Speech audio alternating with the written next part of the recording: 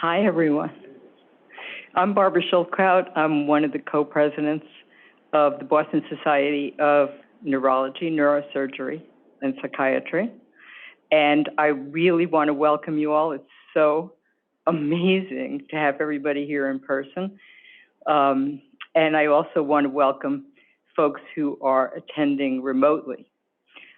This is the 1064th meeting of this society, hard to believe. It was founded in 1880 and is one of the oldest medical organizations in the US of this sort. And Mike and I are proud to be shepherding us into modern times here and carrying on the tradition of the society. I want to thank the Center for Brain Circuit Therapeutics for co-sponsoring the talk today. The center is located here at the Brigham in Boston, and we're very, very grateful for their support. So before I turn things over to Mike to introduce our speaker, I just want to do 3 very quick bits of housekeeping. The first is to say that we're being recorded, and if you like, the recording of this talk will be available in a few days on our YouTube channel. The second bit of housekeeping is just for people who are attending online, put any questions you have in the chat. We'll be monitoring it. And the third thing is we want to ask for your help in supporting the Boston Society by spreading the word about our talks. I think you've all had the wonderful experience of an in-person gathering, just the half hour beforehand, when we have a chance to informally meet one another from different fields and different institutions. It's just such a pleasure. So spread the word, invite other people you know. And we're always happy to have non-members as well as members attending, but we'd love it if you would consider joining and supporting us in that way. So without further waiting, here's Mike.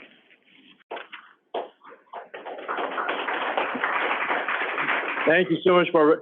Man, it is good to be back. I think we had at least 4 collaborations that emerged just over the reception. So it's my honor to introduce Dr. G. Rees Cosgrove. He's the Director of Epilepsy and Functional Neurosurgery here at the Department of Neurosurgery at Brigham and Women's Hospital and Harvard Medical School. He's a leader in academic neurosurgery, a member of the Executive Committee of the World Society of Stereotactic and Functional Neurosurgery, and a part of pretty much every neurosurgical society that I've ever heard of. He's an author of over 160 peer-reviewed publications, 71 book chapters. He's been an invited guest lecturer over 180 times and a visiting professor at 63 different academic institutions. And on a personal note, I can say that Dr. Cosgrove is a colleague, a mentor, and one of the reasons that I'm at Brigham and Women's Hospital.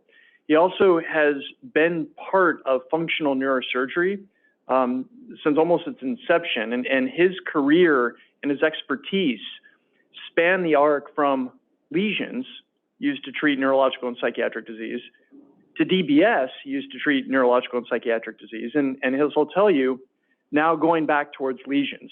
And so he has a very unique perspective on how we can get brain disease better based on functional neurosurgical interventions, and I can't wait to hear your talk. So without further ado, thank you, Dr. Cosgrove, for joining me.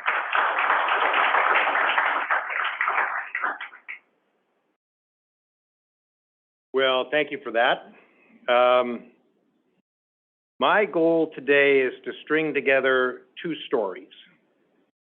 The story of ablative surgery for psychiatric disease, and the story of ablative surgery for movement disorders. And then I'm going to really just try and intersperse my own journey through both of those and my experience and perspective on these. Here are my obligatory disclosures. Some of what you're going to hear today, I do receive research funding from Insightec, and I'm a consultant for them as well. So take everything I say with a grain of salt. I'll be very careful about what I say. I always am amongst psychiatrists. They tend to analyze you. So, but anyway, but my really true confession is I still really love the stereotactic frame. And I think later in the talk, you'll see why. I think most of you know and understand a little bit about the history of psychiatric surgery. Actually, it started in a room somewhat like this with a mixture of scientists, neurologists, surgeons. The year was 1936. It was the Royal Society meeting in London. And John Fulton, who was the extraordinary physiologist from Yale, was describing his experience and observations on two of his monkeys that he had done frontal corticectomies on, Lucy and Betsy. And he was describing these in front of this huge audience as people were trying to understand cognition and behavior. And there were two people in the audience that day. One was this man, Moniz, a neurologist from Portugal, who, having heard these descriptions, later went back to Lisbon and had injected alcohol into 20 patients into their frontal lobes as an experiment, basically. And then he evolved this other lesion, this with a leucotome, making basic spherical lesions in the frontal lobes of the psychiatrically impaired patients. The other person that was sitting in the audience was Walter Freeman, a neurologist from the Washington, D.C. area. And he also was impressed by what he had heard. And he, along with James Watts, a neurosurgeon who actually was trained at the Mass General Hospital, they paired up to do this procedure called the prefrontal lobotomy. And so this procedure was done through little burr holes just in the temporal region, and this calibrated butter knife was inserted. And what you can see here is that the first plane was more through the white matter of the frontal lobes, but what they observed over time was that you had to actually get to the medial aspect, the parasagittal cortex, to really see the best results. You can imagine, well, at least the surgeons can imagine what sticking a blunt probe right through the side of the frontal lobes would do and cause. This is an MRI scan of a patient who had one, a prefrontal lobotomy. And of course, these operations, while deemed effective, had very significant mortality and morbidity of around 10%. Seizures, cognitive decline, hemiparesis, intracranial hematomas. And Freeman, why was this being done, you ask? Well, what do you think the biggest public health hazard was in the day, back in the late 30s and 40s? Overflowing asylums, psychiatric disease. There were no pharmacological treatments, none, zero. So the main public health hazard was psychiatric disease. The asylums were just overflowing with patients. Basically, chained and incarcerated. It was horrible. So Freeman was wanted to be rid the United States of this major public health problem, and became very enthusiastic about this procedure based upon his early findings and reports. So enthusiastic and zealous that, surprise, surprise, it was the neurosurgeon who showed restraint and actually disavowed Freeman. But that didn't stop Walter. He's a neurologist, remember? So he developed his transorbital leucotomy procedure because he didn't really need a neurosurgeon. The way this was done was that the patient was strapped to the table, had an induced generalized tonic-clonic convulsion, and in the immediate postictal phase, you lift up the eyebrow, you take this sharp instrument, you take the hammer, and you see him doing that without gloves. The orderly's holding the head, but the patient's in a completely postictal state, and you just tap it, hammer it through the thin roof of the orbit into the frontal lobes, and then you use some wrist movements to disconnect the posterior orbital cortex. And he would do 10 or 20 at a time. They would line patients up, and this he could get this done in under 10 minutes, both sides.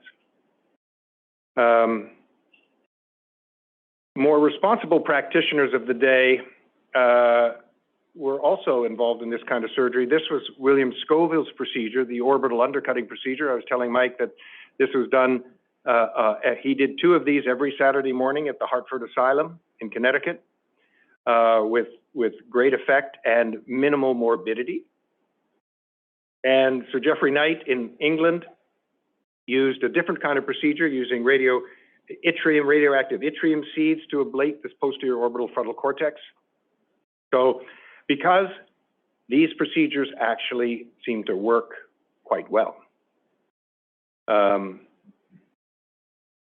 So that was the situation in psychiatric surgery. Surgery for movement disorders was similar. Think about it. Parkinson's, the incidence and prevalence of Parkinson's disease, tremor. Back in the day, there was hemichorea, choreatosis, horrible movement disorders for which there were no medical treatments. And if somebody had a horrible tremor or an athototic limb that was just causing great distress, Paul Busey would just take out the motor cortex, just open up the head and extract and just suck out the motor cortex. The patient would be paralyzed, but it's better to have a paralyzed limb than one that's flipping around and knocking things over all the time. So, and all of the original early surgery was focused on the pyramidal system because we understood the pyramidal system better. We didn't really understand the extrapyramidal motor system, but we understood the pyramidal motor system better. So the initial procedures were done on the pyramidal motor system. Internal capsule lesions were created. Earl Walker did this procedure called the pedunculotomy, and that procedure was done by lifting up the temporal lobe and exposing the midbrain, the peduncle, and they had a sharp Penfield 2, and you just stuck it into the middle of the peduncle. The patient would wake up paralyzed, but the tremor was gone, the movements were gone. And with this procedure, they would gradually recover. They would have a semi-useful arm. So it was better than a completely useless arm. It was semi-useful. They could have a grasp, or they could do things with it, like a recovered from a stroke. And then, as medical discovery would be, Irving Cooper, the famous New York neurosurgeon, was doing one of these operations one day, and as he was lifting up the temporal lobe to do the pedunculotomy, he tore the anterior choroidal artery, and it started bleeding. So, using good judgment, he clipped it with a little silver clip and says, "Okay, I'm gonna back out now. I'm not gonna complete the procedure." Patient wakes up and says, "Thank you very much, Dr. Cooper. Arm perfect, no tremor." So the logic would then say, so then he started doing just clipping the anterior choroidal artery. He did about 120 of these. And you know, based upon your neuroanatomy, the anterior choroidal artery has different distributions. Sometimes it goes to the globus pallidus, sometimes it doesn't, sometimes it goes right into the capsule. So as you might imagine, he got very mixed results. But some of the people had good tremor control without paralysis. At the same time, people were beginning to understand the extrapyramidal motor system, and work was being done, and discovery again of patients who had died from procedures who would have have a lesion in their pallidum, and they say, so it was the lesion in the pallidum that cured the stroke, cured their tremor. And so some of the European, Russell Myers here in the States, Fenelon and Guillot in France, started developing a pallidotomy. They did it open. They lifted up the frontal lobe, had a little pallidotomy knife that you would stick in and measure, and you wiggle it it had a right angle pick on it, and he would do the pallidotomies that way. It was really pretty remarkable. But these were all fairly imprecise with mixed outcomes. But people did understand that by making lesions in the nervous system, you could improve function. And it was this impetus, it was the impetus of psychiatric surgery and movement disorder surgery that created the impetus of human stereotaxy. So the whole point was, how can we think we know what the targets are, how can we get there repetitively, uniformly, and accurately? And it was Spiegel and Weisses in 1947 who invented the first human stereotactic frame. It was modified on the animal frames that they were using in neurophysiology labs, and this changed everything. As soon as they introduced the frame and the concept of it, of course, every neurosurgeon in every different country made their own frames. There were no people. You got an engineer, you worked with them, you designed your frame. Every country had their own frame. Lexell in Sweden, Leitinen also in Sweden, Talarak frame in France, the Reichert-Mundiger frame from Munich, the BRW, CRW frames here in the United States. So all of these people just made I used what was called an Olivier Bertrand-Tipel frame in Canada. They were all basically designed the same way, to reproducibly get you to a target deep in the brain accurately. But then how do you know where the target is? So then all human atlases started being created. And there were multiple different atlases created. Human brains were, volunteers had their brains sliced post-mortem, and they were sliced and then mapped out. And so there are different atlases also from different countries. The one I used, or my boss used all the time, was the Schultenbrand and Warren, or the Schultenbrand and Bailey, because it had the best detailed anatomy of the basal ganglia in the thalamus. Now, so if you have a device that can get you to your target, and you think it's pretty accurate to get you there, then what do you do once you're there? So there were a variety of different lesioning methods available. The first, as I told you, was chemical. Stick alcohol, absolute alcohol into the brain. Some people used oil. That was both pressure and it could be toxic. The leucotome was a very simple instrument. You actually could push out a wire through a window in the side, and if you turn that in the brain, it cut out a nice little sphere. You could actually make a half sphere if you wanted, or 3/4 of a sphere. You could make a bigger sphere or a smaller sphere. It would actually have the ability to modify its shape. Freezing cryoprobes were used. They were very clumsy, the early ones. Their outer diameter was almost 6 to 8 millimeters, so it was a big thing you were sticking down into the brain. But what really what was the best lesioning tool was radiofrequency. And these electrodes are insulated electrodes except for their tip, and you pass a current through them, and it goes out through the ground on a leg, and that current creates heat. And they were the workhorse of ablation, and still are to a large degree, because you could make perfectly reproducible, very well circumscribed lesions. The lesion depended on the amount of the exposed tip, the heat that you applied, and the time. And they were very easy to adaptable for all these various stereotactic frames. And later on, we were able to pass stimulating current through it. So you could actually stimulate before you created a lesion, which was very important. So this is, my story began in 1980 when I was a first-year neurosurgery resident, and this was my boss, Gilles Bertrand, in Montreal. He performed probably close to 2,000 thalamotomies. It was one of the most common operations performed by neurosurgery in the 50s and 60s. And this is how we did it. It was an all-day procedure, patients awake. We'd first drill a hole in the head. It was a grand day, I can tell you. We'd drill a hole in the head, and I always got to actually cannulate the ventricle and put the dye in, and then we'd take x-rays. We'd take a lateral x-ray.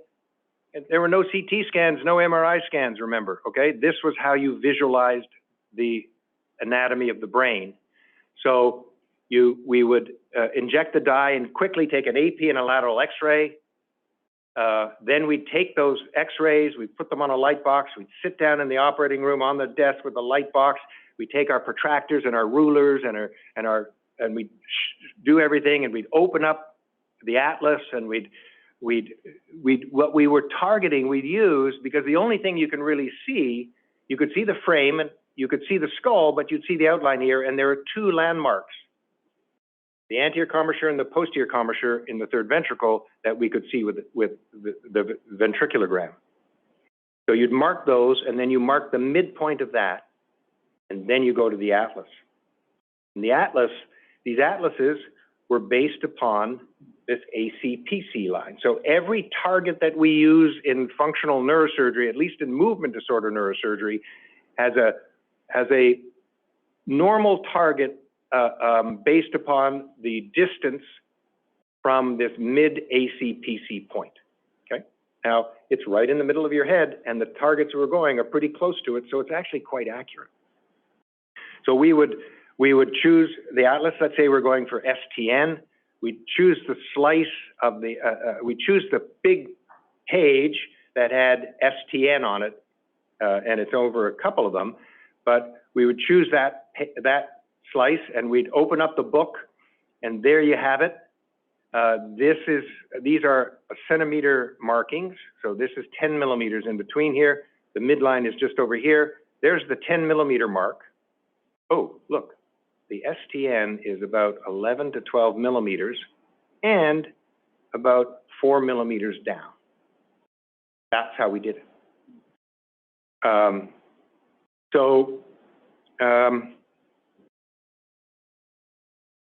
And once you've done them a couple times, I spent hours looking at these atlases and flipping back and forth and trying to understand. But once you've done it a couple times, the targets are basically for a normal brain, in a normal person, these are our sort of what we call our indirect atlas-based targets for movement disorder surgery. There's a variability based upon the patient's own head size, whether there's atrophy, whether they're more brachiocephalic or scaphocephalic, so you can be off a couple of millimeters, and you have to make adjustments for individual adjustments for the patient. That's how we would do that. When I first became an attending, I started doing a few thalamotomies. They were pretty rare, maybe one, maybe two. One of my first ones at the General was in a patient I'd seen before. He was from Iran. He only spoke Farsi. I had a resident who was female and spoke Farsi, and I said, "This is great. Let's do it together." We're in the middle. We just got starting the operation. We've drilled the hole. We're getting ready to go. We've done all our targeting, and I tell her to translate for me, and there's this delay back and forth, and she looks and turns at me. She says, "You know, I don't think my Farsi is as good as it used to be." What? Are you kidding me? Anyway, we persevered, but this is, we would basically now when I became we had CT scans and we got MRI scans when I was a resident, so I'm not that old. But we would use both CT and MR to target. And we would target, and we would basically put the electrode down to the target. And remember, this is a radio frequency probe that then I can stimulate through. So I go all the way down to the target, and first of all, I do low frequency 2 hertz stimulations to see what the motor threshold is. And the patient's awake, I'm actually just facing the patient, and I'm checking his hand, and I'm turning up the stimulator to 2, 3 volts. When I have 3 volts, I know I'm a perfect distance from the capsule. Because when you do that, it's ding, ding, ding, ding, ding. So we're using the patient's feedback for that. Then you stimulate at high frequency at 1 or 2 volts, and if the tremor stops, you know you're in the sweet spot. The problem is what if it doesn't? Then you have to come back out and try again in a different spot and try again. So we would sometimes have to make several passes through the brain to find just the right spot. But once we have found the right spot, and 75% of the time, it was the first trajectory. So if you do your targeting very well, you can get to the target, you stimulate, you confirm, you make sometimes a little adjustment, or you make your lesion a little smaller or a little bit larger. But that's the artistry of stereotactic surgery. But what we would do is then first is I would just turn it to about 45, 46 degrees and hold it for 30 to 60 seconds, which stuns the area but doesn't kill it. And I'm examining the patient to see, can they speak to me? Is there any dysarthria? Can they move? Do they have still good individual finger motion? Can they feel everything? So it's very dynamic. And if that goes fine and their tremor seems to get better, then I would start making a more permanent lesion and incrementally enlarge it. And so I would always do the deepest lesion because it's the most effective portion of the thalamotomy. And then I would withdraw a couple of millimeters and make a second lesion above that. And the tremor stops on the table. Boom. And this is sort of what you'd see. There you can see a little air in the head, a lesion in the thalamus, perfect tremor control, very well circumscribed, perfect. Small risk of hemorrhage because you're pushing a probe 15 centimeters down through the brain. At the same time, in 1992, when I actually came to the general, was recruited to the general, in 1992, Leitinen published his very famous paper on revival of Lexell's pallidotomy. So back in the early days of stereotactic surgery for movement disorders, people first were doing the pallidum. Then, for a number of different reasons, people moved to the thalamus for tremor. But in the Parkinson's patients, Lexell always believed he got better results for the pallidum.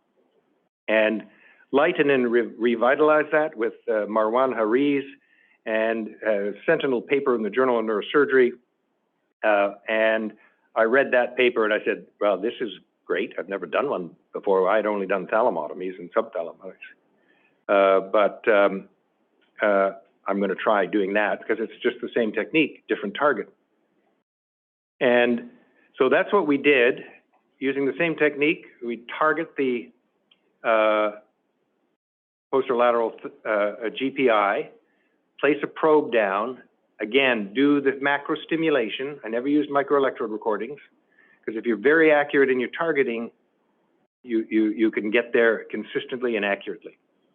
Then I would stimulate, I'd place the probe all the way, I'd stimulate on the way down at 6, 4, 2, and right on target. And I'd look for motor thresholds in the same way and visual thresholds, because if you look where the tip of that probe is, if any of you remember your anatomy, it's right above the optic tract. And so by stimulating at high frequency, I'd want it to be between 1 and 2 volts. That would tell me how close I was to that tract. If I got a phosphenes in the contralateral field at 1 volt, I'm too close, I pull back a millimeter. And same sort of thing and you see what's lateral to the target, it's the internal capsule. So again, motor thresholds for that. This is how I did these. And similarly, we make a small temporary lesion first. If it looks safe and you get a good effect in their tremor and their rigidity and their bradykinesia, and it happens on the table, you enlarge it and make a permanent lesion. So I'd make a smaller lesion right above there. This is the most effective part of the lesion. It's in the outflow of the GPI. This is the ancilla lenticularis, I think is what we're truly getting. And then I'd withdraw it 2 millimeters, make a bigger lesion, and a subsequently bigger lesion. That's a lesion 6 millimeters in height. I probably did close to 200 of these at the General. We had 2-year follow-ups on the first 100. We published that in 2000. And it was a fantastic operation. One of the best operations. I still get cards from people 20 to 25 years later saying, thank you, Dr. Cosgrove. My right side is still fantastic. I'm slowed down with other things with my Parkinson's, but I've never had a problem with my treated side. So it's pretty remarkable procedure with enduring benefit. Unilateral primarily though.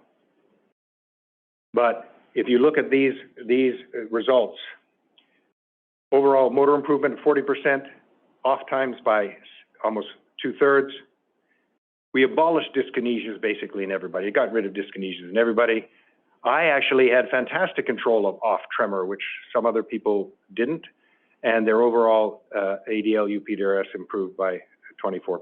So substantial improvements, even with a unilateral procedure. So that was in 1992. I was doing those throughout the mid-90s to the late 90s, but then what came along? Ben Abid's genius of saying, why don't we place electrodes in the brain that can be permanent? And he reported in 1987, but it really didn't come to this country until mid-90s or later, and that was only in the late 90s that we started exploring DBS. And it wasn't exactly genius. The idea was genius, but everybody who was doing these procedures knew that when you stimulated high frequency and you're in the target, if they're shaking, you stimulated high frequency, that was the way you confirmed you're on the target. The tremor went away. We all knew that. Everybody knew that. What Ben Abid said was he paired with Medtronic and said, let's make a permanent electrode that we can permanently implant and power. That was his genius. And the beauty is that it only works when it's turned on. It's adjustable, but most importantly, you could put them in bilaterally because there are complications with bilateral pallidotomies. There are complications with bilateral thalamotomies. And if you make a lesion, it's permanent and the complications are permanent.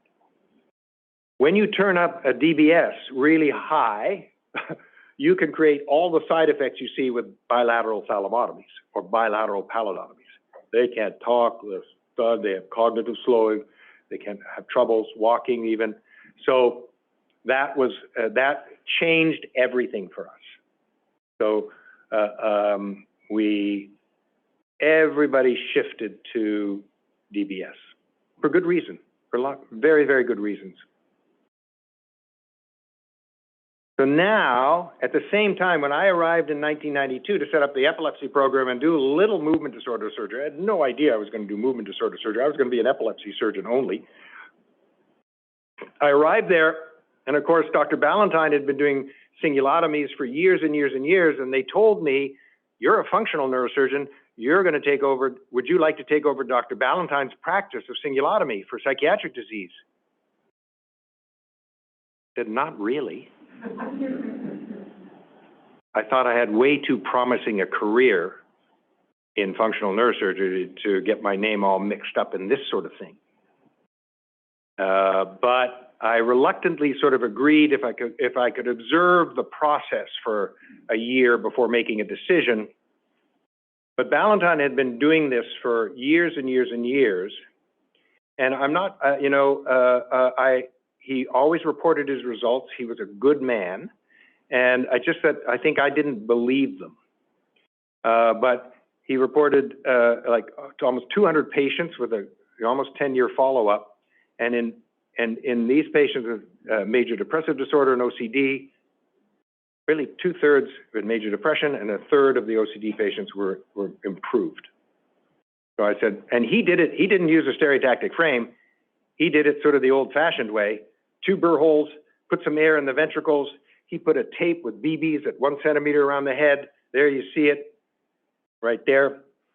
And then these electrodes, had 1 centimeter exposed tips. He just turned the current on, they didn't have thermistors in these electrodes, so you just put a stethoscope on the side of the head and listen for popping, vaporization. That's how they did it. The early ones, I'm not kidding. And he made big lesions.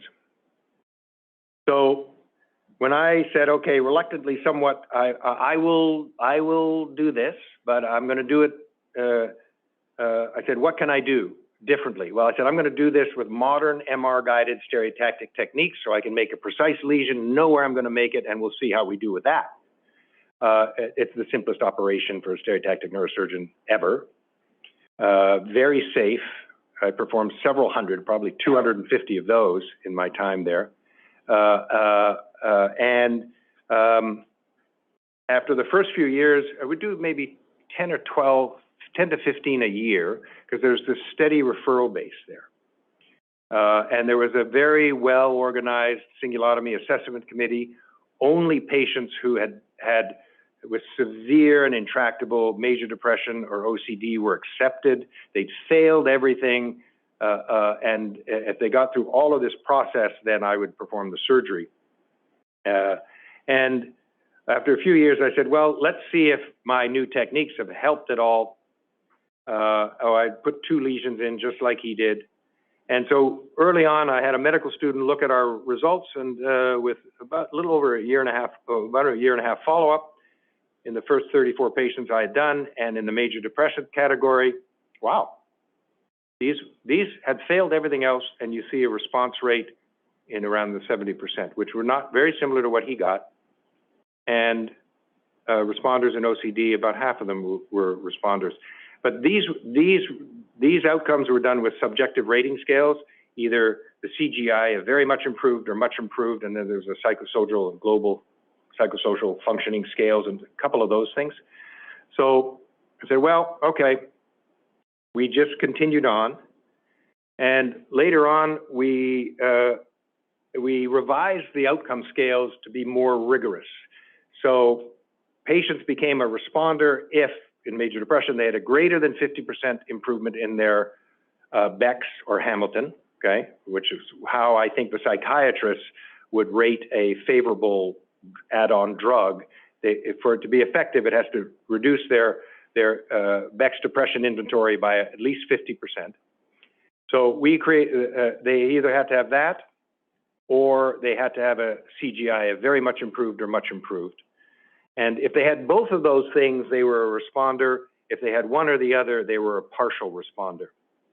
But once again, even with you don't see as many clear-cut responders because you've raised the bar for outcome, but you certainly see a very similar response rate for at least 3/4 of people had a substantial improvement where nothing had worked in the past.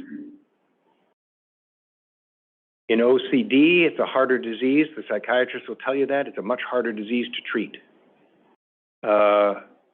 But once again, using a Y-box improvement of greater than 35% and a CGI of very much improved or much improved, we still got almost 50% of these people were clear-cut responders and some partial responders. So, and this is at 5-year follow-up. So these people don't get better on their own. So there is merit with these ablative procedures. Some of those I actually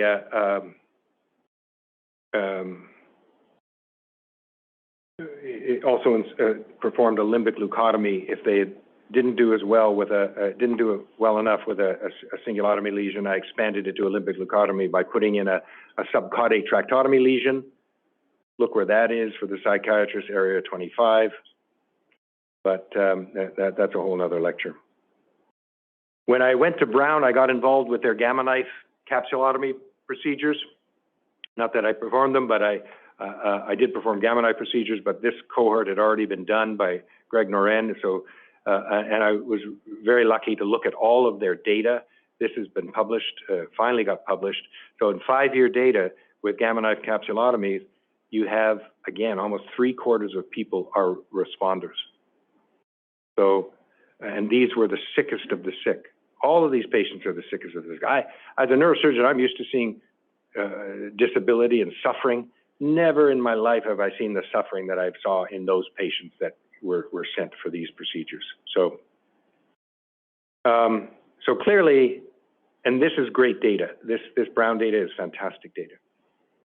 So clearly, you can actually make lesions in the brain to improve function. And what I'm going to do next is just show you what a new technology is. So focused ultrasound. You know, nothing is ever new. It's just rediscovered or reinvented.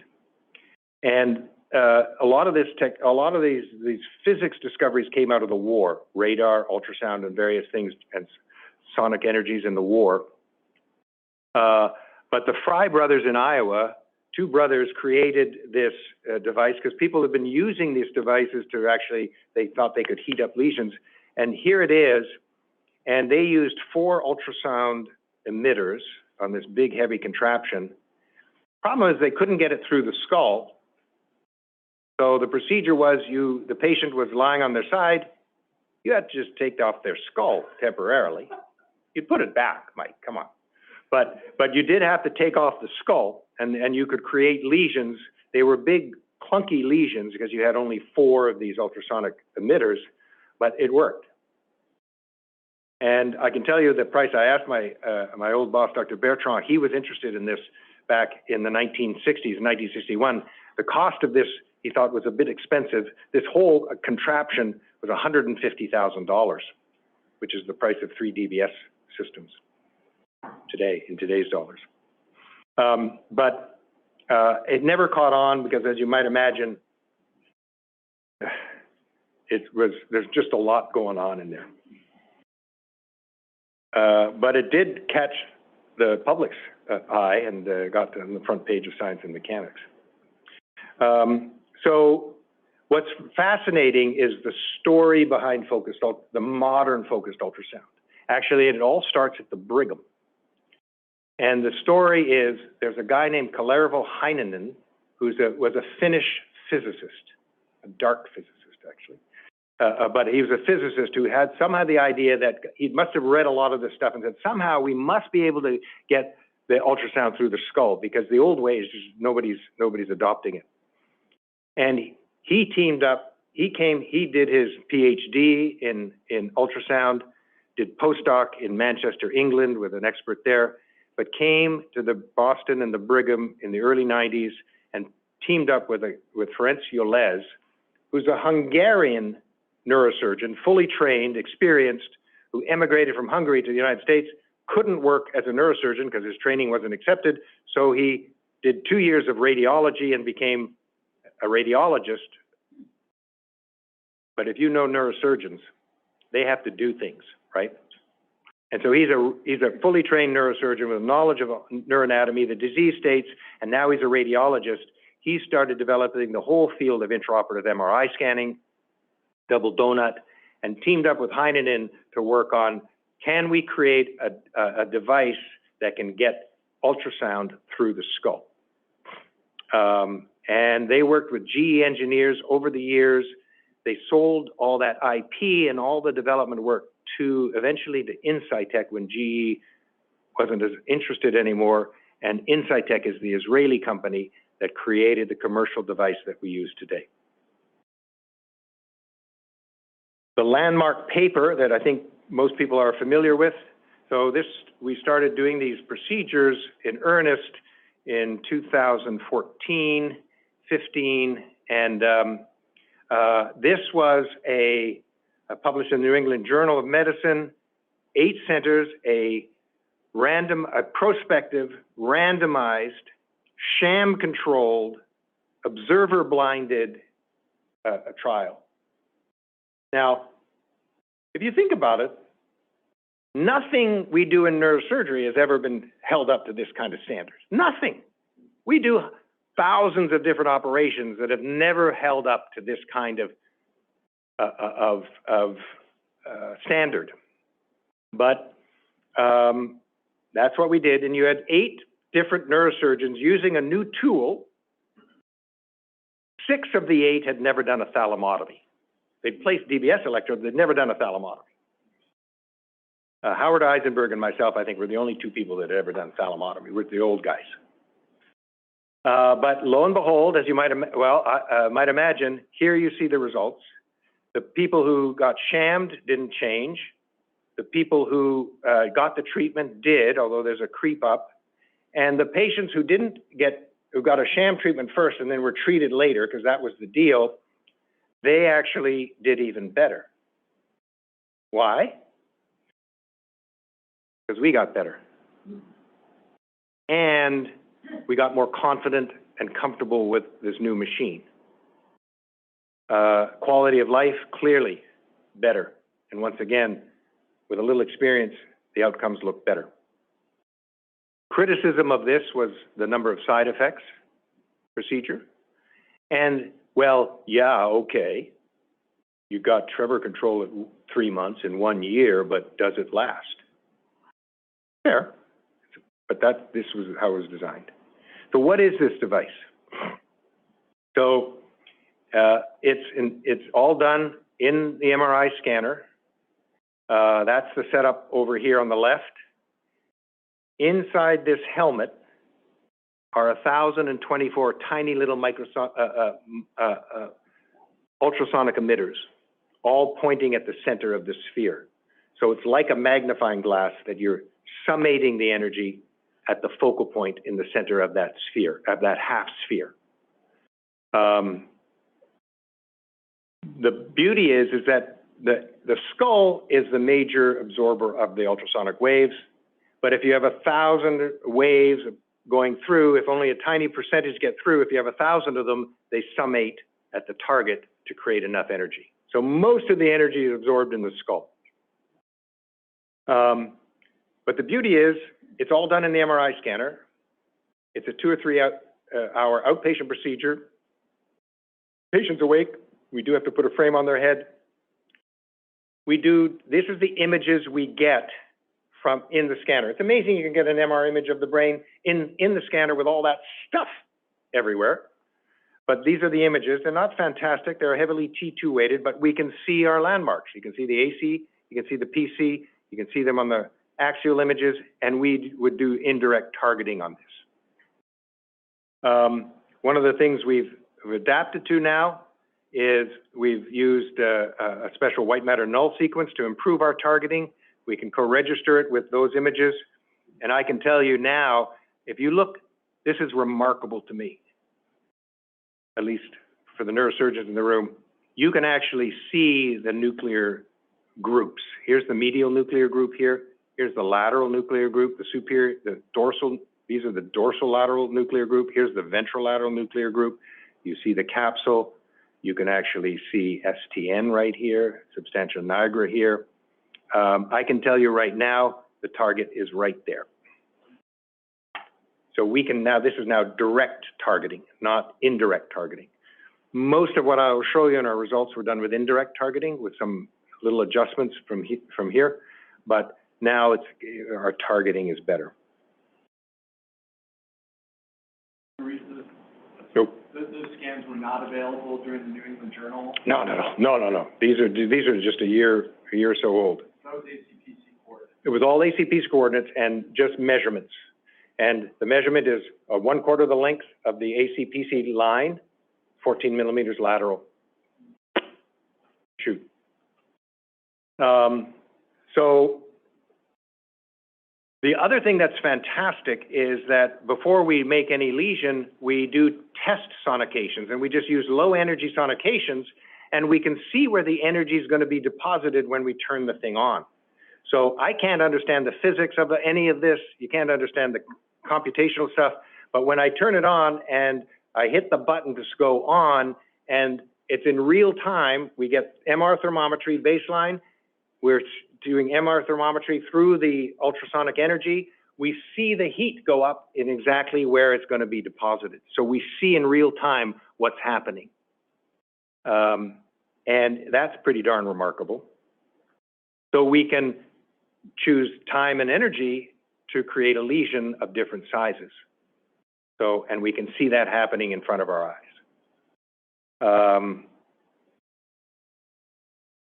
Each treatment only takes about 30 seconds. It's remarkable. And after every treatment, I'll pull the patient out and test them. So it's intermittent testing. It's not real-time testing like I'm with the electrode in their brain and stimulating and doing various things, but it's intermittent testing. So what we do is I do a baseline testing. I test their speech, movement, sensation. I test their tremor and at baseline, and then I do each of those things at every step afterwards. And so here's and I make them do a spiral and try and draw a straight line. Here's a lady at baseline. She can barely, you know, she's got a horrible spiral, can't draw straight, can't write her name. This is baseline. Do the first treatment, boom. Do a second treatment, boom. Now she can write again. Right away, happens right away. And this is, so here's, the amazing thing, it's an immediate effect. There you see a guy, a very significant postural tremor.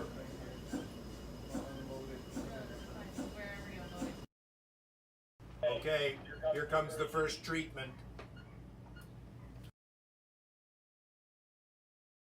Boom, gone. So even with a 2 millimeter lesion, my first lesion, I make 2 to 3 millimeters in size, gone. How much? I'll show you this because I think you'll get a much better idea of the whole procedure. This is a two-hour procedure condensed into 4 minutes. So this is a guy with bad essential tremor.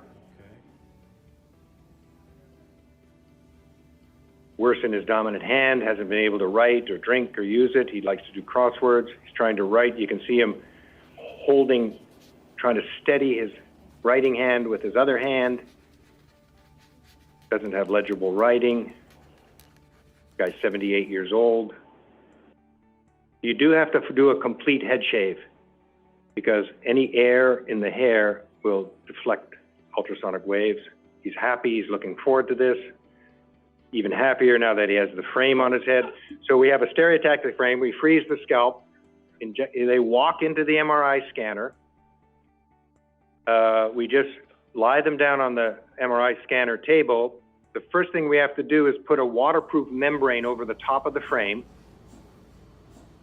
And this keeps, that waterproof membrane mates with the ultrasound helmet with a watertight seal, and then we fill up the space between their head and the inside of this helmet with cold water. So then they go in. Say Holy Roman Catholic Church. I'm testing his speech. Royal Canadian Mounted Police. Testing articulation. Took a train to Topeka, Kansas. You're seeing his tremor at baseline. We haven't done anything. Testing fine motor movement, testing his strength, his grip, testing his sensation. Touch you here. Feels normal. Here. On his lips on that side, the treated side. From that.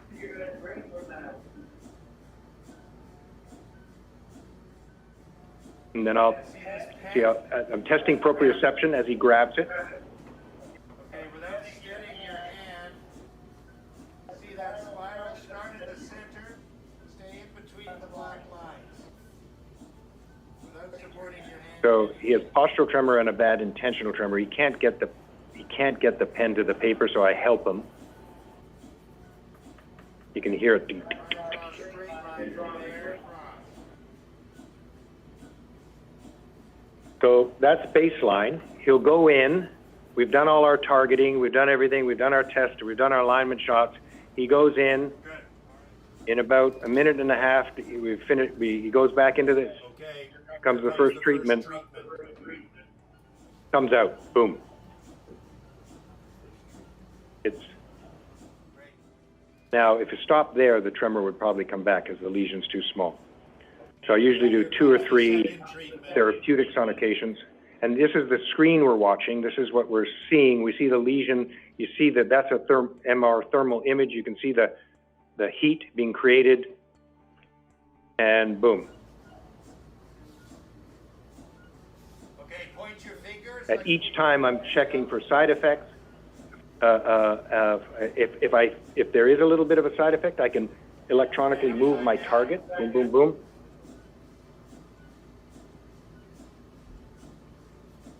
And I'm looking for complete tremor control. And we get tremor control basically with everybody on the table. Boom. Frame comes off, they go home. See them the next day. And this guy's over 2 years out, still perfect control. Which is not surprising to me, because that was what we used to get with radiofrequency thalamotomies. So it's not surprising.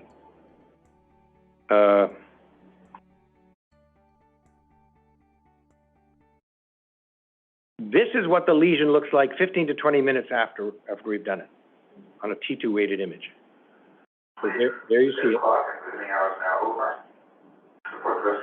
Really nice location, just above the subthalamic nucleus, extending into the zona incerta. This is what it looks like a day later, less than 24 hours later. So the lesion has expanded, as you might expect. That's why you have these side effects now, because this is a bigger lesion. Okay, we don't see side effects on the table, we see them subsequently. And you can see that this is the lesion itself, and then you see a ring of edema around the outside. And what's interesting is 3 months later, you look at these people, we've got a whole cohort of them at 3 months. Where's the lesion? This is the same patient. There's the lesion 24 hours. You'd say, did the tremor come back? No, no relationship. So it's doing something different than radiofrequency, because when you make a radiofrequency lesion, you have a hole there forever. It probably has to do with heat. We try and get the heat up to about 55 to 60 degrees, but we don't get it to 70 or 75, and it probably has to do with that. So we know what the target is based upon years of doing radiofrequency thalamotomies, years and years of doing DBS, and we want to ablate the target. We have to get to that. We have to find the target. We have to get to it. Now we're doing it without, there's no incision, right? There's no nothing. It's what I call no-touch brain surgery, but you still have to find the target properly. And then you have to ask yourself, okay, then what's the optimal size to get lasting and enduring tremor control? Well, if that's the target, that's bang on. You're hit the bullseye, but it's on target, but too small. That tremor will come back. Do we know that? Have you ever done something really small? Right? Well, that's why in those first cases of the trial, yes, I think it's the same sort of thing in the microlesion effect with an electrode, where you get tremor control for a few days to a week or so, and then, it doesn't last. But we don't know that absolutely. What is this? The idea would be like, what is the smallest lesion you can make that gives you enduring tremor control? That is you're on target, but way too big. So you'll get great tremor control, but you'll have side effects because it's encroaching on the internal capsule and it's encroaching on the VPL and VPM. So you'll have sensory deficits. So what you want is on target and just right. So it's the old Goldilocks. You have to be right on target and not too big and not too small. So Dr. Seeger here and one of our medical students reported our first 160 patients, every single patient from start to finish. We've done close to 300 of these now, but this is our first 160 without the advantages of good targeting, I might add.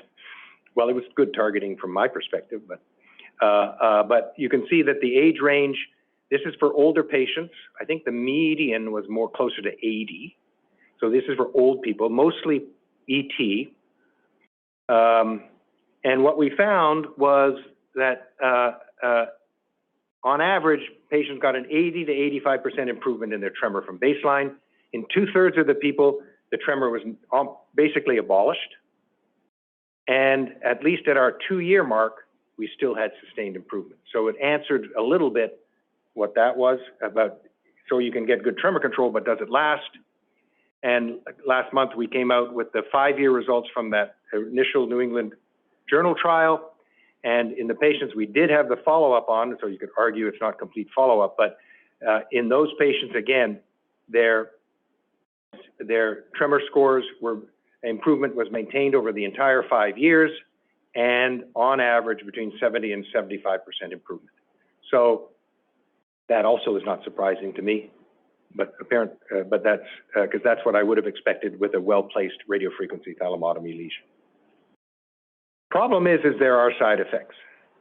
What's interesting is we don't tend to see the side effects so much on the table, we do see them subsequently. And if we're doing functional neurosurgery to improve somebody's function, we can't have side effects, basically. So the goal of functional neurosurgery is to improve their function. If you give them a side effect, you haven't achieved your goal. So this is the holy grail of functional neurosurgery. And the biggest ones that they complain about, now we have a side effect list, we ask them for everything. Some of these people wouldn't even wouldn't give you a side effect unless you ask them. They're that mild, but we ask for them. The biggest side effect they complain about is imbalance. And you can see almost 2/3 of people have a sense of imbalance. It's not ataxia. I think it's hypotonia, and you'll see why. And the other one is paresthesias. So my boss used to say, if you give them a little numbness in their fingertips, their tremor will be gone forever. And I trust him. But we'd like to sort of have nothing. And it's always mild or mild around the lip. And they all tend to slowly decrease as well. As you can see, they decrease over time, but they don't go away completely. So this is our goal. And here are some examples. You can see on this one, the posterior extent of this lesion is too posterior, so it's impinging on VPL and VPM. So this person would have some paresthesias. This is the feared complication. So you guys think it makes a nice little round lesion. Well, it doesn't. It actually makes a football-shaped lesion, and the long axis of the lesion is always in the wrong direction. It's always pointing into the capsule, and this is an extension of the lesion into the capsule. And this person had hemiparesis, which slowly resolved. I mean, but it was a long time. And here's an example of that lesion just way too big. Okay, great tremor control, some residual dysarthria, some paresthesias. So that's what I mean about you get great tremor control, but the point is you want great tremor control, no side effects. So all of this work is primarily in essential tremor. What about tremor predominant Parkinson's disease? So here's an old guy, 78. He says his tremor was what was bothering him because the tremor was resistant. And you can see him, he's stiff, rigid. He's taken his medicine. You see his right arm's not moving very well. Fingers. In front, yeah. Now open and close your right hand. Open and close your right hand. Fast. Can't do it very well. Much better. He's very lateralized. But, Okay. and here he is afterwards. Okay, yeah, so that's very steady. Now No tremor. open and close your left Look hand. at this. Left hand. Yeah. Okay. Right hand. Boom, boom, boom, boom, boom, boom, boom, boom, boom. It's remarkable because you've reduced the tone and the rigidity. And he has expression on his face. It's pretty remarkable. So Okay, just here's your slide, John. Thank you. He had better slides than I did. But also, tremor predominant Parkinson's disease was held to the same standard of a prospective, randomized, sham-controlled trial. It was done at UVA and the Swedish hospital. And once again, the patients who had the sham procedure didn't improve with tremor. They got the procedure, they did. So it's, again, higher standard. Here's a guy I did just a few weeks ago, an MIT programmer who for years, he hadn't slept in 2 years because he had on dystonia in his leg. He had to get up every 20 to 30 minutes to walk around because he had this horrible pain in his leg. Cinemet didn't work, Artane didn't work, none of these things worked. He was miserable. Anne-Marie Wills had him on a DNR. He was so miserable. And the patient agreed. He says, I can't live like this. So here he is. It wasn't the tremor that bothered him. You can see he has some tremor. in his right foot and his right Open and close your hand. right hand as fast as you can. Go, go, go, He's go, go, go, go, go, not go, go, horrible. left hand. Tap your right foot, big movements of your right foot, Sort of big, sort of whole movements. left foot. Here he is the next day, and I don't know if you hear him, but he says, "I slept for the first time in 2 years." So, Sleep all night. Sleep in a year and a half, 2 years. interesting. Okay, put your arms out in front of you. Boom. Put your hands together again. Put your fingers together. Bend your elbows. Bend your elbows. Yeah. Come Sunday. Good. Open and close your right hand. Fist left like this. Go, go, go, go, go, go. Left. Tap your legs. So he gets up, walks around. He's going back to his vacation home in Italy now. Put your Okay, so yes, an extended thalamotomy, VIM and VOA, VOP. And here's another one.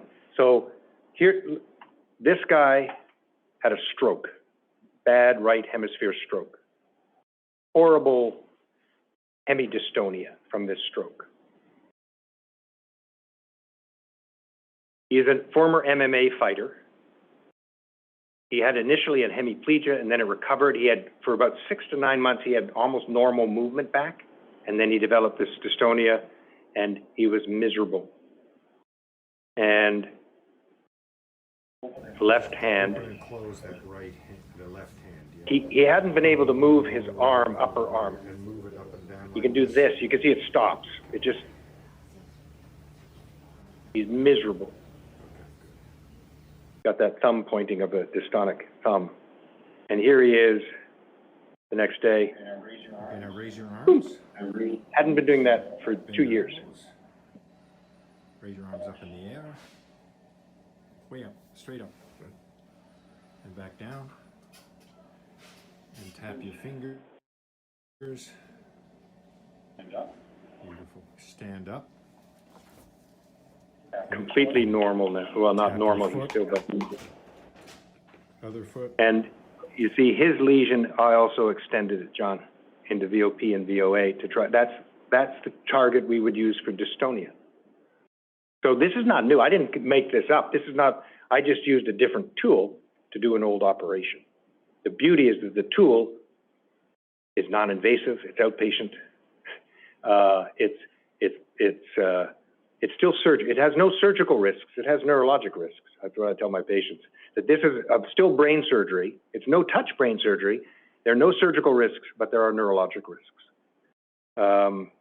And then this was the guy with the Holmes tremor that we showed the other day. So this guy had been like this for, I think, 22 years because of a botched surgery. So just put your arms out in front of you. He's right-handed, of course. And try and point your fingers, your index fingers together at each other now. Bend your elbows, be a chicken wing. Yes, yeah. And upside down. Horrible tremor. Okay. And here he is, Now, immediately post-op. touch my finger and then touch your nose. Raise your arms up in the air. Straight in front of you, finger. Nose. Okay, good. Can you point your fingers now again like we did before? Still a little, it's bloody good. Wiggle your fingers. Okay, great. I can't believe it. He was 3 months. Touch my finger. Oop, touch your nose. Touch my finger. He has a hand that works for him now. It hasn't worked for 22 years. Excellent. Just let it rest. Yeah, he still has some tone. Yeah. And the question is, how long is it going to last? But you can see, somebody went into his thalamus during an endoscopic procedure. And there's the acute lesion. There it is at 3 months. And this was Andy Horn did this on lead DBS, put it into, and you can see that the white part here is the lesion. The lesion extends down into the zona incerta takes out the dentatorubothalamic tract, and also takes out some of the VA nucleus, so VL and VA. So those are just little examples of what you can do. People often ask me, so well, where does MR-guided focused ultrasound fit in movement disorder surgery? Because we have a great technique. We have deep brain stimulation, okay? Well, it's complementary to deep brain stimulation. If we can, I use it in the elderly patients, those who, and most are, I mean, they're 75, 80, 85, 90. We've done, my eldest is 94 years old that we've done this on. I use it in those patients who are medically high risk. And there's a whole bunch of people out there who just don't want to have permanently implanted electrodes in their brain and the devices. But they have to be willing to accept unilateral treatment. Most old people are fine with that. If you give them a hand that can work, that they can drink their coffee or drink a drink and feed themselves again with and write again, they're fine with that. So it's not perfect, but it's also just brand new. So I'm going to finish there with just since this was lobotomy and movement disorders, you could say, well, focused ultrasound. How about, can you just do an anterior capsulotomy? This is the Korean study where they did bilateral anterior capsulotomies with focused ultrasound, and they had a 60% remission rate in those patients. So again, not particularly surprising given the results that we've seen with gamma knife radiosurgery, very similar to cingulotomy as well, but very similar to the gamma knife procedure. And the Toronto group, who are really fantastic, that's where Kalervo Heinonen is now in Sunnybrook Hospital in Toronto, which is why they're just gangbusters up there now. They did 6 OCD and 6 major depression patients. I've always thought of the anterior capsule as the target for OCD. I've never really thought of it as the one for depression, so I'm not really surprised by this, but they had, again, 2/3 of their patients were responders with this. So the question I'm going to leave you with is this one, because you're neurologists and psychiatrists, and you say, how the hell does lesion in the brain improve brain function? My father was a neurologist. He abhorred the fact that I became a neurosurgeon and violated the inner sanctum. But it's very clear that the functional disorders we're talking about are connection disorders. And I believe, the motor system is a connective loop, cortical, striato-thalamo-cortical loops. I'm quite sure that all other functions are organized in the same way. So in an abnormal state, if one of the nodes in that loop is misbehaving or hyperactive, if you modulate it or take it out of action or decrease it, like we do with pallidotomy or subthalamic stimulation or thalamotomy or thalamic stimulation, then you can restore normal function. And are there other circuits out there that we can better understand and consider altering? And I don't pretend to understand some of the work that Mike and his group does. I have a very limited understanding, but what I did understand from all of the couple of talks that I've listened to, and I learn a little bit more on each one, so I got to keep coming, is that in this paper by Jutsa and Shi, looking at, these are all lesions in the literature that caused spontaneous tremor abolition, correct? We have the resource right here.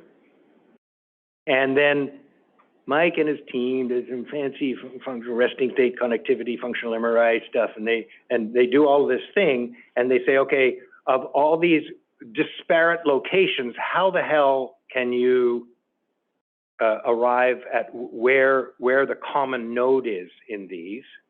And and this impressed me to no end because I understand this. So here's what they came up with. This was your solution, right? This is where our target is, and this is the overlap. So all of those lesions caused cessation of tremor spontaneously from strokes. They were mostly strokes, right? All strokes. So this would be a neurologic case report. How the hell did this person, they had this horrible tremor and now it stopped after their stroke. Wow, report that. But Mike's genius and his team's work is, well, where's the common, if these are connecting circuits, where's the commonality? Am I getting that right at a very superficial level? And this is why I understand it, because this is our target. So what other targets out there? Can we understand more complicated circuitry? Because clearly behavior, cognition, all of these things are much more complicated. But that's where we have to rely on Mike and his team to do more work. So the future, clearly, I think there's a future for MR-guided focused ultrasound in dystonia, as I've shown you. I think there's a future in OCD and depression. OCD for sure, depression possibly. It's already being done for neuropathic pain syndrome, central nucleus of the thalamus. It's already being done in epilepsy, ablating hypothalamic hamartomas non-invasively, and there's a trial on of antenucleus of the thalamus. We are currently doing blood-brain barrier opening for malignant brain tumors, and it's also being done for Alzheimer's disease. And then, of course, there's a whole other field of low-frequency neuromodulation, where you don't make a lesion, but you modulate discrete targets in the brain. So I'm sorry I ran over, but there you go. That's my...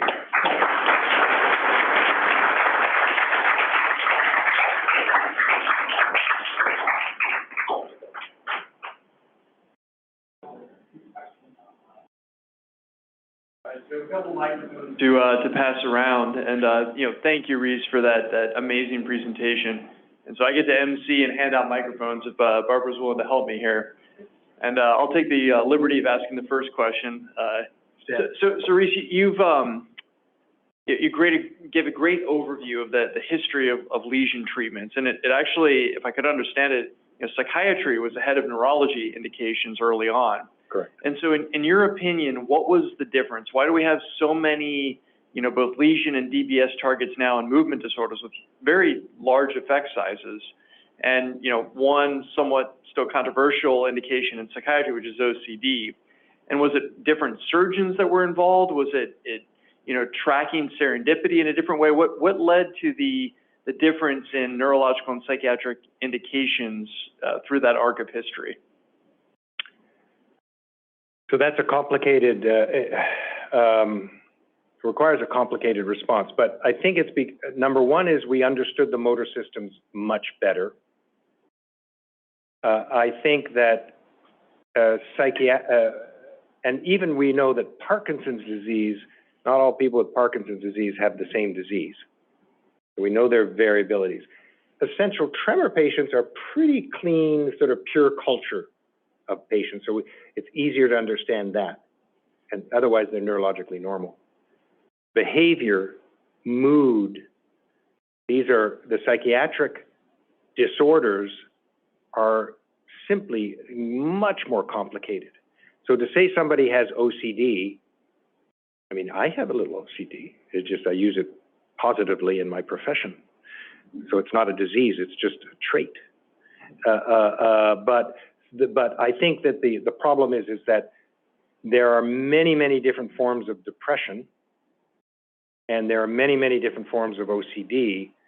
We group them all under the one label, but they're not the same. And we don't understand the circuitry nearly as well as we do understand the circuitry of motor disorders. We don't understand what the right stimulation parameters are. And in psychiatric disease, when you do a lesion, you don't see an immediate effect. Nothing happens. It takes time. If you looked at I didn't really point it out on the Gamma knife, but within at 1 year or 6 months or nobody's a responder. You follow these people long enough, they become responders. So even if you knew what the right target is, and you could put an electrode there accurately and safely, what are your stimulation parameters? How long should you stimulate before you see an effect? With tremor, it's easy because when you turn it on, you've got it.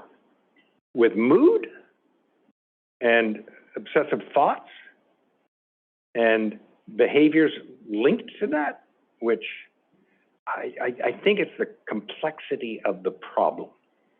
And then the design, that you could argue that the trials were designed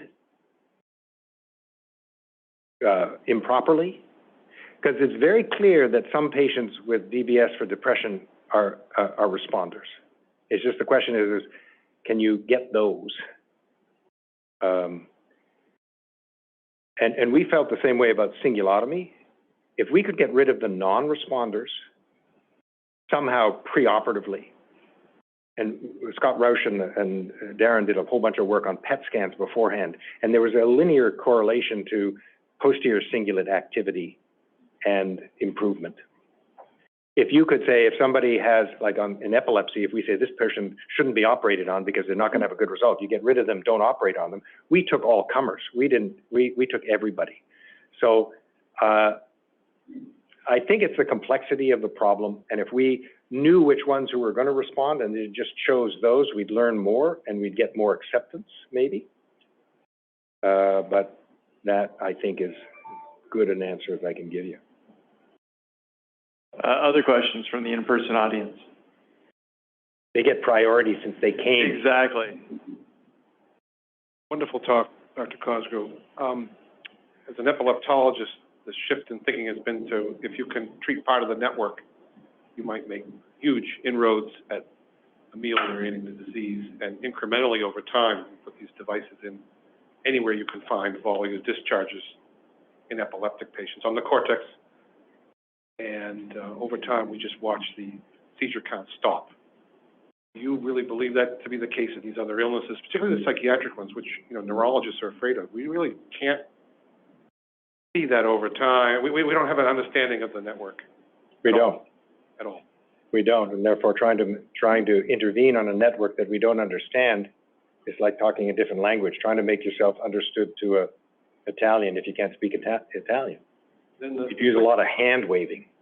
The second thing I think is understated about this talk is that having gone and tried to learn a lot of the intraoperative neurophysiology of IOM, intraoperative monitoring, the fact that you could do this in a couple of hours without all that in a 10-hour day in a frail and feeble patient, this is huge.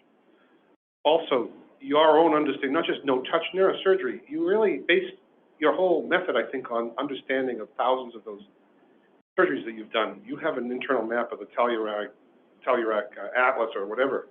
You don't do any monitoring. You don't have to look for the kinetic effect to know you're in the GPI after 10 hours of brain sag and diuretics to retarget. You have that very short time, and you know exactly where to go, not just with no touch, but you understand how many millimeters apart. These are. So I think that's a little undersold, and I think that's actually how accurate this is because of the surgeon, the operator's technique. Am I wrong, or is that? No, you're quite right. I mean, I think I can superimpose a Schultengren and Warren Atlas on different axes, and but you can also see the targets now. So it is easier. I'll tell you, it took me a long time to even understand the relational anatomy of this, and now I can show a picture, and anybody who has a basic understanding of this kind of anatomy can see it and understand the convoluted relationships quite easily, where it took me years and years and years to understand that. So this is the acceleration of knowledge and understanding. I mean, all those layers to those big 10-hour day operations are gone. No, don't do them. You don't need it. No. Well, and the beauty is that when we do operations, when we do DBS operations or any other operation, we target on a closed cranium, but we operate on the open. That's where the shift occurs, okay? This is closed cranium from the get-go. So we don't have any shift, and therefore you don't have any of the issues that we sometimes have to deal with.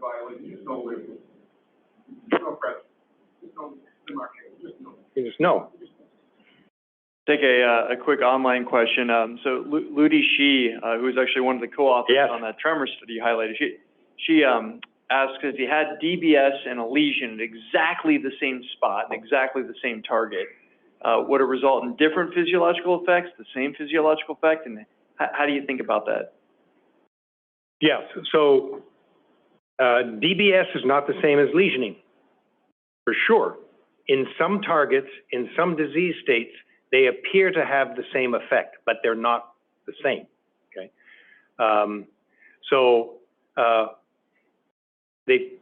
The high-frequency stimulation that we use to suppress neurons, neuronal activity, spontaneous neuronal activity, works in certain targets. It also stimulates white matter pathways. But are those white matter pathways, are they more inhibitory or are they stimulatory, right? So it really depends on the target. For example, if you said, I want to stimulate the fornices to improve memory, which we had this trial, right? Well, nobody in this room would suggest that stimulating the fornix is the same as cutting the fornix and ablating the fornix, right? So I think that it depends on the disease that you're treating and the target that you're treating. So they're not the same quite, at least in movement disorders, the way we understand DBS and lesioning, they appear to have the same physical effect on the disorder. Let me push you on that one a little bit, right? So you gave some really amazing examples of thalamotomies that did things that typically we advise our tremor patients with Parkinson's disease that we can stick a DBS electrode in VIM, but we will not improve your rigidity, your bradykinesia, your dystonia. And is that because of the location of the DBS electrode versus location of your lesions, in VOA and VOP, or is it a lesion versus electrical stimulation effect? That one in that target may be a difference of lesion versus stimulation effect, because I think the lesion that I create for the tremor control encroaches upon VOP almost all the time, which is maybe VOP, we don't use VOA and VOP stimulation for dystonia. I'm not aware of any trials that have done that. But lesioning works in those targets. So maybe it's different neuronal behavior or connection behavior and a different disease state. So you're right. It's even complicated, I guess, in the movement disorder where we think we understand it better. Alternatively, there's the volume of activation as well, where some of these lesions are quite a bit bigger than the volume of activation from a DBS electrode. That additional variable. Well, yeah. Then you're saying they work the same. It's just a amount of tissue affected. I'm not sure that's true, but I think it could be. Other questions?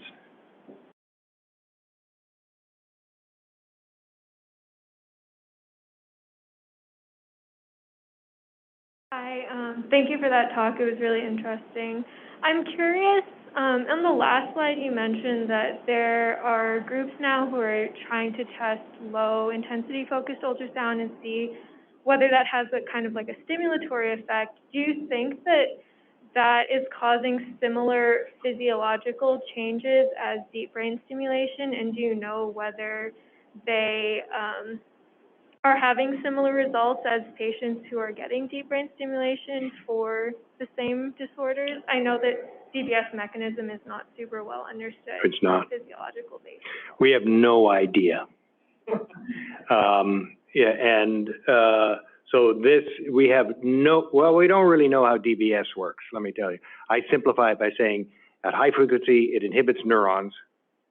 At low frequency, it can stimulate them. And at high frequency, it stimulates white matter tracts, okay? But so it's different. The effects of deep brain stimulation are different depending on your target. We know nothing about low-intensity focused ultrasound neuromodulation? Almost nothing. I know almost next to nothing about it, so I can't even answer your question, but it is being used. We use diffuse low-intensity focused ultrasound diffusely in temporal lobe epilepsy. That's being done by Ellen Bubrick here. I can tell you that it depends sometimes on the frequency of the stimulation you're using, whether you actually might increase seizures or inhibit seizures. So it's exploratory at this point. Hi, very interesting talk. Are you guys planning on doing a head-to-head of DBS and focused ultrasound? That's been suggested, but it's really hard to do something like that because people, you know, they choose when they come, and they're not really the same patient population. The people that, I mean, a lot of patients come into my office and they say, I've heard about this focused ultrasound, and I say, well, you know, you would be far better off with deep brain stimulation, and they'll go that way. They're not really the same population. I mean, we do DBS bilaterally. I do it always simultaneous and bilaterally. That's the huge advantage of it. This is all unilateral. It's really hard to, it'd be hard to recruit somebody to be randomized to one or the other. We don't have we're not doing bilateral thalamotomies yet, although the paper should come out soon. You might be able to, but it'd be really hard to randomize those. You could do a head-to-head, I guess, in the same institution.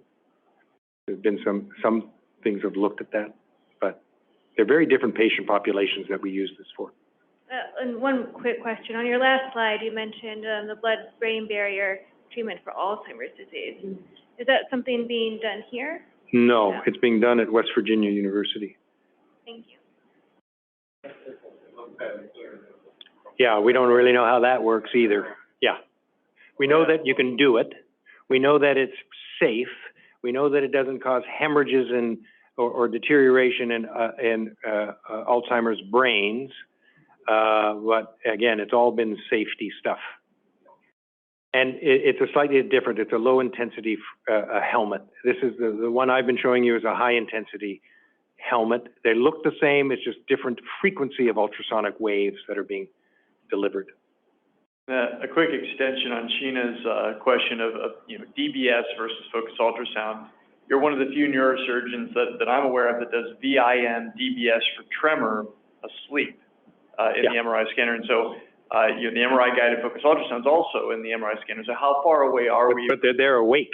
Well, that's the question, right? Is most people would say that DBS for tremor, those patients need to be awake. Nah. So how, well, I know that it's not for DBS, but how far away are we from focused ultrasound asleep?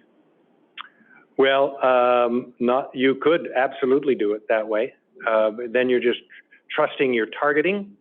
And I think we may have to do it for the anterior capsule. So we'll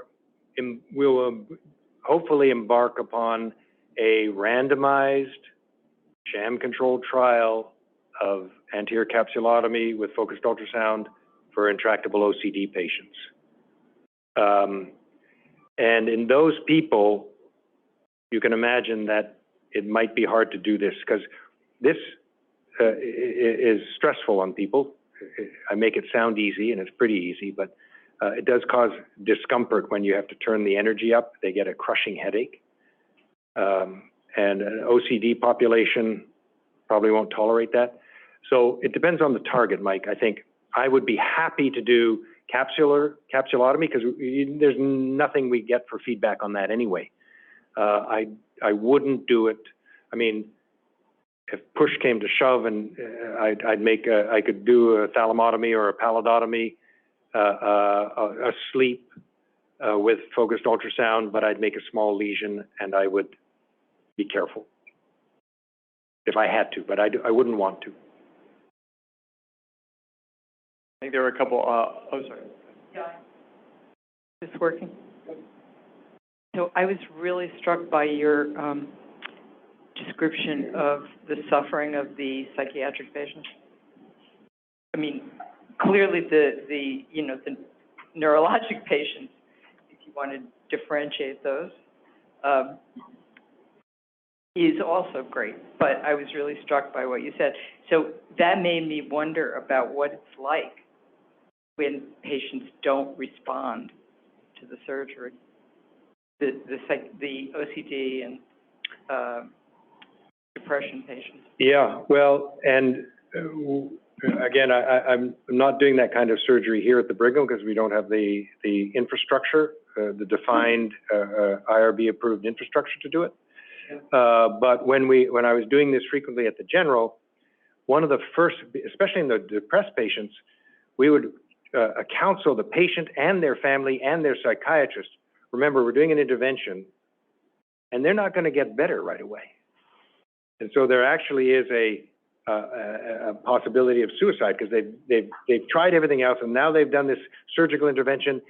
And if they expect it to work like that, and it doesn't, everything's the same, I don't feel any different, then they could at a higher suicide risk. Statistically, that wasn't the case. We had a few patients who did commit suicide in the early phase, but less than what you would see, much less than what you see in a cohort of patients with major depressive disorder. So it sort of goes with the patient population. But it takes time. And I also believe, when you think about it, recovering from severe depression or severe OCD when it's completely commanded your life, it doesn't happen like that. Your life is still the same when you get out, you've had surgery, the life, everything, the people you associate with, everybody, everything's the same. It takes time for people to slowly improve. And none of those operations ever cured anybody. Don't think of it. It's not like curing a tremor. None of the surgeries that I ever did ever cured anybody. They could be good responders and they could be much better, but they were never cured of their disease. They could be functioning at a higher level. They could be back working again. They could be interacting with people appropriately, which we would consider pretty normal, but if you gave them inventories, they would still score in the depressed range or the mild OCD range. So I'm not sure whether it's a physiologic internal effect that it just takes time for things to rewire. That's certainly one explanation. I think it's more complicated than that. I think there's so many facets in a chronic psychiatric disease about, in their world that also have to change for a person to truly feel a whole lot better in all aspects, and that takes years. Thank you. Just a quick question from Daniel Goldenholtz online. Can you comment on the field of view of focused ultrasound? What brain structures are good candidates for focused ultrasound, and where can you not hit? Yeah, well, he knows something about focused ultrasound then, because the limitations of focused ultrasound is in order to get the ultrasonic waves through the skull, there's a whole bunch of the skull absorbs it, but there's also refraction and angle of incidence that we have to deal with. So the area that we can sort of treat is right in the center of the brain. It's about 4 to 4.5 centimeters in dimension. It's not very big. Happens to be right in the center of the brain, happens to be right in the thalamus, so that's pretty good. Once you start getting out into the pallidum, which can be 20 millimeters lateral from the midline, it's harder to do. It's just harder to do. We can't go anywhere in the brain. So we're really limited to the center of the brain. We could do STN. We can do anything in the thalamus. Anything near the third ventricle we can get to. Even the anterior capsule. This anterior capsulotomy is a little bit at the edge. It's harder to do. So it's not like you can just aim and shoot and do everything. I've left out some of the pain, some of the limitations. And I sort of figure if the engineers can figure out a device like this, they can expand our treatment volume if we just keep yelling at them. But unless we could take off the skull again, or put in there are sonolucent calvario, calvario or skull replacements, which also are intriguing. Because, if you could just take out, then you'd have all sorts of possibilities. Just remove the skull and all options are open to us. Yeah. Any other questions for Rees? Well, thank you, Dr. Cosgrove, for an amazing lecture.